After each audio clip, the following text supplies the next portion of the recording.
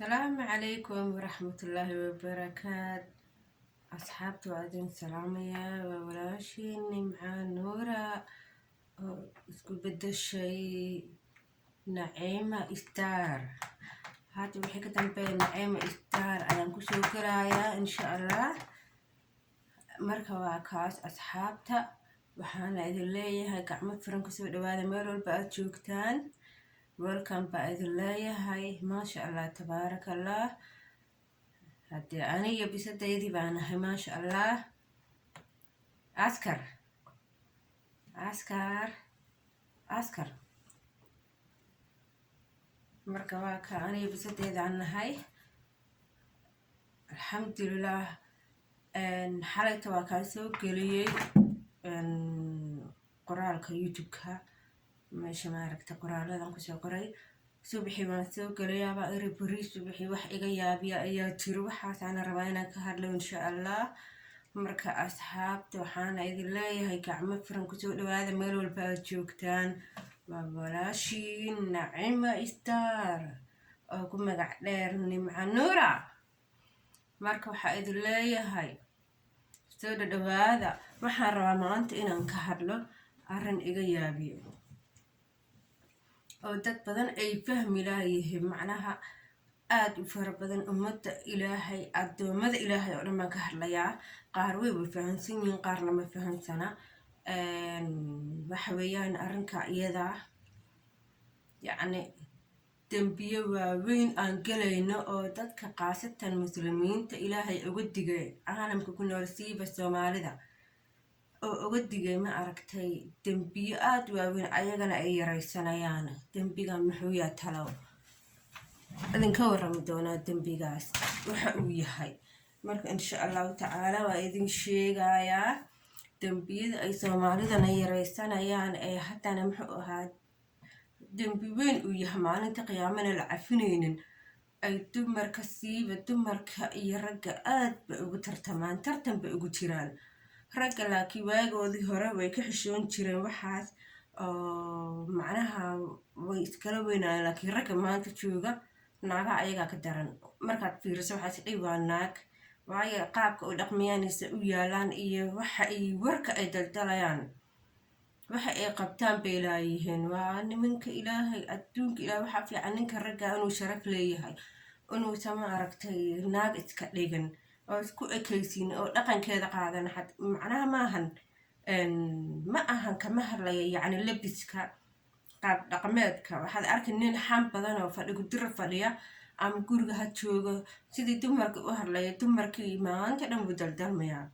marka soomaaliya waxbaa idin sheegayaa dhegaha fura ilaahay baa idinku dhaariyo. arrintan arrin yar maaha, arrin sahlana maaha.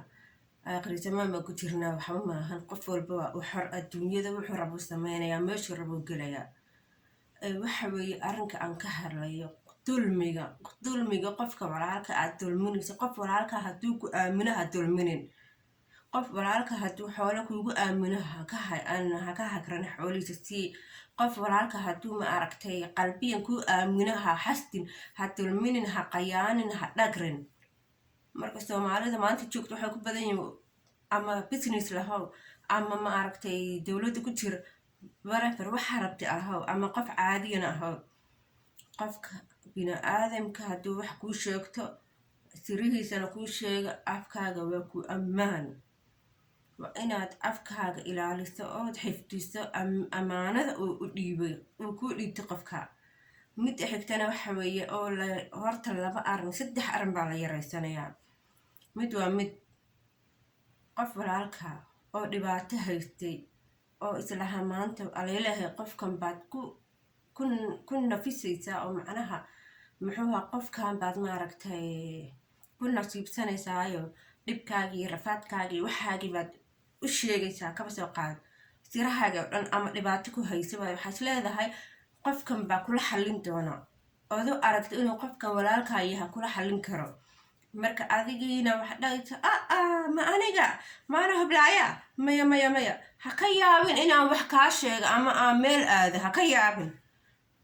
qofkii okay bu kudhii dhaara waad u dhaarani hal saacba kama soo wareegin wixii war la ordi banaanka la aadi magaalada adoo suuqa geliya la arki naa hiblaya wixii aan ku dhiibtay naa astirahaygii arrimahayga aan ku dhiibtay naa saad igu ogeyd weeyaan baan ku xaftiye naa ar magaalada dhan buu ku jiraa wixii aan ku dhiibtay qofna uma sheegin ilaahay mooyaan qof kalena ma ogin adiga mooyaan aniga adig mooyaan qof kale muusan ogin haddii aad tiraahdan qofkiina buu ku inkiri maani aniga waxaan sameeye ma lahan waxaan kaa hadleeye ma lahan meelaan kaa aaday ma lahan qofaa u sheega ma lahan laakiin ogow wallaahi billaahi tallaahi arrintaa iyadaa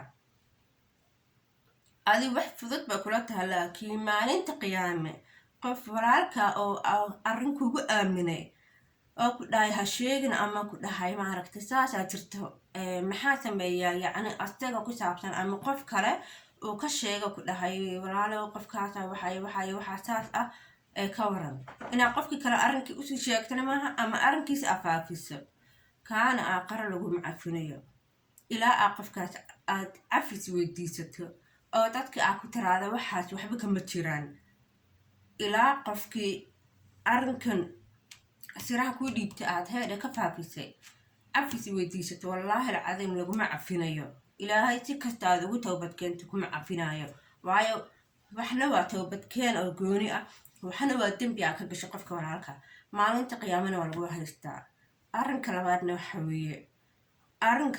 waxa weeye qof walaalka ammaano ku dhiibtay lacag kasoo qaad ama naftiisa kugu aaminay oo muxuu ahaa wax kula sheergareeyey sida hadda oo kale dukaan baad leedaha kasoo qaad ganacsi baad leedaha for example ganacsi baad leedahay qofku wuxuu ku yiri hebelo waxan baan rabaa isii kaba soo qaad alaab wuxuu kaa qaatay $100 camal waad orday buug waxaad ku qortay kasoo qaad 300 baad iga qaadatay alaaba waxaad 100 wuxuu kaa qaatay Soomaaliya xaasidnimada fiiriya ilaahay haddaan laga baqaynin adduunyada wax kasta maanta wallahi nafsigu soo degdegaa qof walbana uu ka daba imaanaya wax walba uu galan uu ka daba imaanay maalinta qiyaamana way ku sii dambaysaa haddii aadan waxan ka toobadkeenin aadan qofka afis weydiisanin oo aad ku sii socoto arrinkan oo haddana aad qof kalena ku samayso